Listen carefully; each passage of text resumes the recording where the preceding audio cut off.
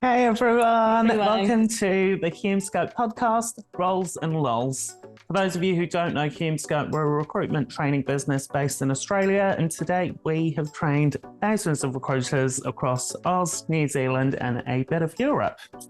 this is going to be a 10-minute quick tips and tricks with hopefully some laughs along the way for agency recruiters. Yeah, hopefully you enjoy, and if you ever have any topics you'd like us to cover in the poddy, please shout out. Otherwise, you'll see us every week on a Friday for 10-minute episodes. Hopefully you enjoy.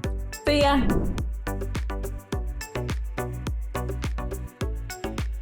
Hey everyone. Hello. Welcome back to the poddy. We're back in the bush. Back in the bush series. This time from New South we ever Wales. Yeah, have we just always been here delivering recruitment training? Is this where the best work comes? We just live here now? Oh guys, welcome back. Thanks for tuning in.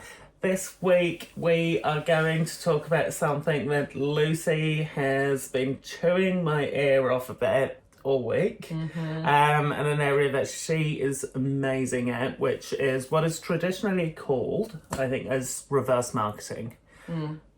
I think we're going to run this episode a little bit differently to normal. I'm going to quick fire a few questions at you. Because just for context, guys, the majority of Lucy's recruitment career, she has worked in a way that has highlighted sort of reverse marketing as her main source of revenue. So, first question for you, Liz. What percentage of your revenue do you believe in the last, say, 5 years of recruitment has come from reverse marketing? I want to say 100, but like we discussed it, that might be, obviously there are few roles that don't come into that, but I would say it's all of it, like a predominant amount of it. I would say 90%. And I think for me, I thought this was just like normal. This was a normal way. And because predominantly I've worked in New Zealand or the UK or Australia, I've come into startup roles, and a lot of them have been new industry. And I thought, fuck, how am I going to make this work? So the way that my brain works is, what's the why? Where are the people sitting? Where are the markets sitting? Who are the clients? So this has become a self-taught method that has been tried, tested, and has been successful. But my definition of reverse marketing versus I think what other people tend to do, or maybe at mass do, are two different things. 100%. And I think through conversations we've been like, well, that's not normal. 100%. I think that's so common. I mean, and we're running a course specifically to do with reverse marketing for the reason that most people's assumptions of what reverse marketing is very different to what our way of reverse marketing is.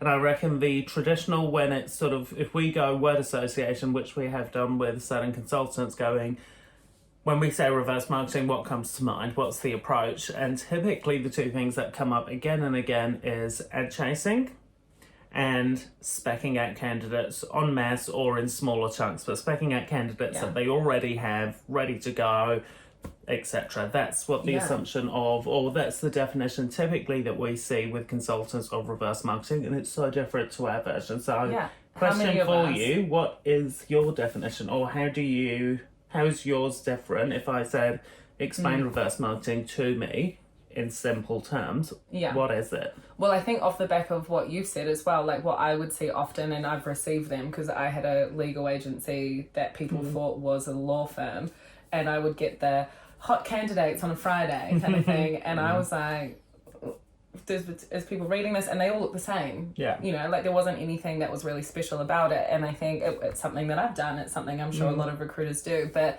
what I define, or the point that I think is super different to what other people have done, is you've got to find that sweet spot first. And I think the sweet spot only comes from a very, very nuanced and specific research of your client market or your industry.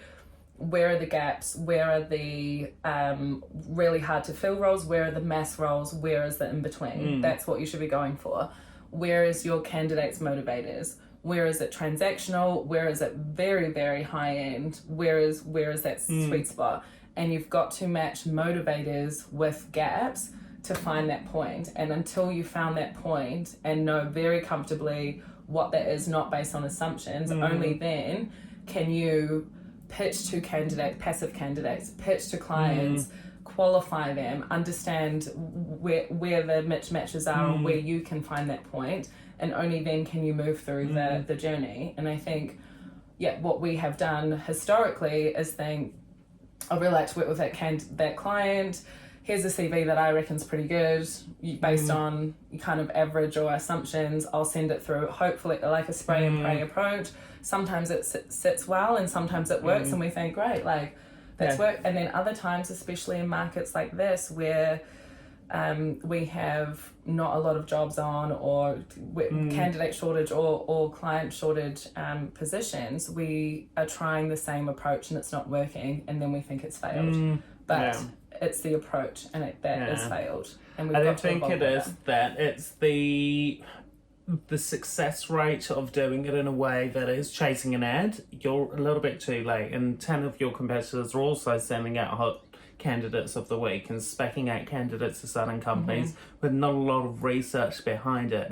And honestly, yes, you might get lucky 5% of the time where the prospect on the other end is just so happens you caught it at the right time and they go, absolutely, would like to see them. We've all had that level of success, but it's fine. When we genuinely look at it, the input that we put into that, sending out 300 mass emails to get one interview, that's not a good ROI. And actually what damage it does to your brand, huge, if it's not done in the right way, is that you're then seen as just another recruiter that's flicking CVs that are not relevant, candidates that are not relevant right now for that particular client. And so it's actually doing more damage than good. And I think your way of doing things and how you explained it to me earlier, Luce, is absolutely spot on. And it's very pinpointed in terms of the research that you need to do and what's going on in the market right now. And we're not talking about swathes and swathes of research, but the right research.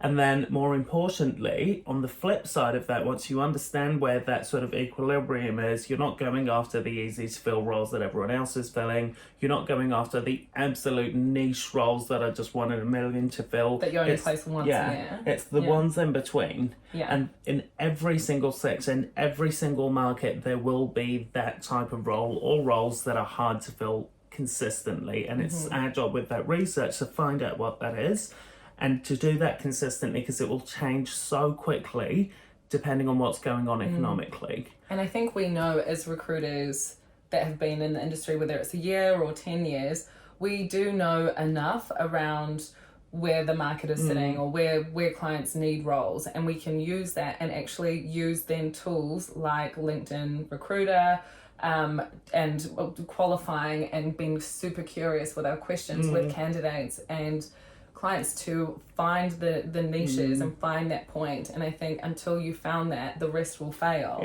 So that for me is the most important part. Because the second part to that then, what you were talking about earlier, is once you understand that, it's almost then a headhunt approach on the candidate side. Whilst you don't have an active role, you now know what the challenges are, the main key sort of points are for clients and what they're struggling with. Once you know that, then you actively headhunt the right type of very hard to engage with candidate, not candidates that are open to opportunities. More often than not, these are people that are completely passive, not active. So it's building that talent pool and knowing the market enough to see what might actually interest them, understand what their motivators are, like you said, and then and only then matching them up with the right opportunity. And when you are pitching and having those conversations around speccing, it's not, this is a candidate that I've met that I think is amazing for you and your business. It's not as surface level as that. If we're going surface level, then we have to go volume and hope someone bites. A good way to do it, like we were talking about earlier, is actually doing it based off of research. Hey, Mr. or Mrs. Client, look, this is the research that I've done on your business. I've noticed you've had 6 of your paralegals previously in the last 12 months that you've hired them from Linklaters. The reason that I'm calling is I'm working with a candidate from Linklaters. Just so it happens she actually also knows the number of the people that you've hired in the last 12 months. She, similarly to those people, is looking for X, Y, Z. Not sure if there's an opportunity, blah, blah, blah, but it opens up the conversation and it's with intelligence and it hits home very quickly. And more importantly, aside from that, it's not just about that one conversation. We need to be looking broader and then having open-ended questions to open up that conversation to see what other challenges there might be within that business. Yeah. That is the approach, right? Yeah, and I think for me, because I'm a super visual learner, which is... You really are. Cracks up every Everything's time. visual. But the way that I see it is you've got if you see of like 3 circles, so you've got your industry circle, your clients that sit in this industry, and your candidates. Where is that point where those 3 meet? That is the point that you need to work in. You're not servicing every client. You're not working across the board of the whole industry, nor are you inviting this service to every single candidate that's in the market. It's a very, very specific approach.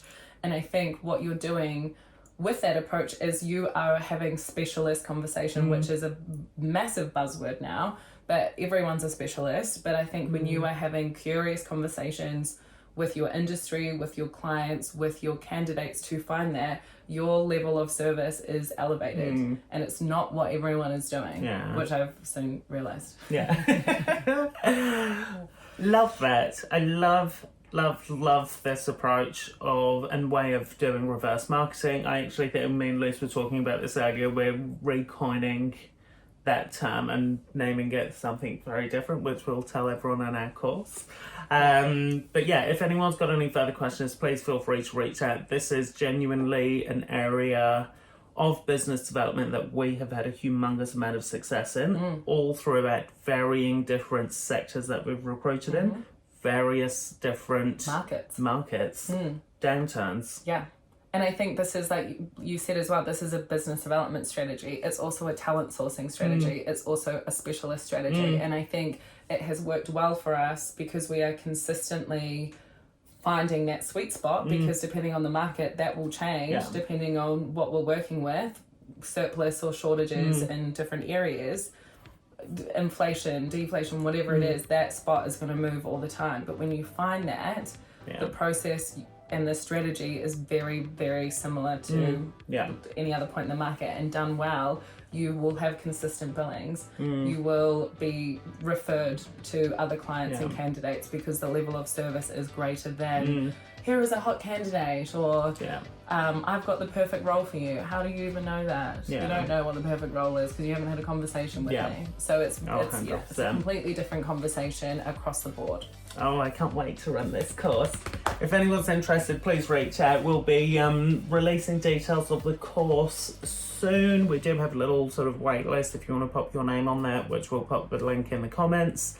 But yeah, we're very practical 2 weeks with coursework and action points for you guys in between. So 2-hour sessions, 2 1-hour sessions, super focused on it being implemented straight away. It's timely, it's affordable as well. We've definitely, I think for us as well, knowing where things are sitting, cash flow, budgets, we want to make sure that this is something that you see as valuable for your teams that can be implemented straight away, and you can see a short-term and a long-term return. Alrighty team, see you next week. See ya.